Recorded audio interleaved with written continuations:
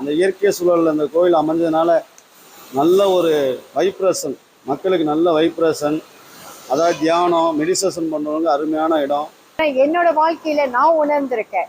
திக்கு தெரியாம நான் தவிச்சுக்கிட்டு இருக்கும்போது கூட என்னோட கண்ணீரை நான் எங்க போய் கொட்டுறதுன்னு கூட தெரியாத அந்த சமயத்துல நான் வந்த ஒரே இடம் கோவில். இன்னைக்கு ஓரளவு என்னோட லைஃப்ல எனக்கு ஒரு சக்சஸ் கிடைக்குதுன்னா வணங்குற தெய்வம் தான்.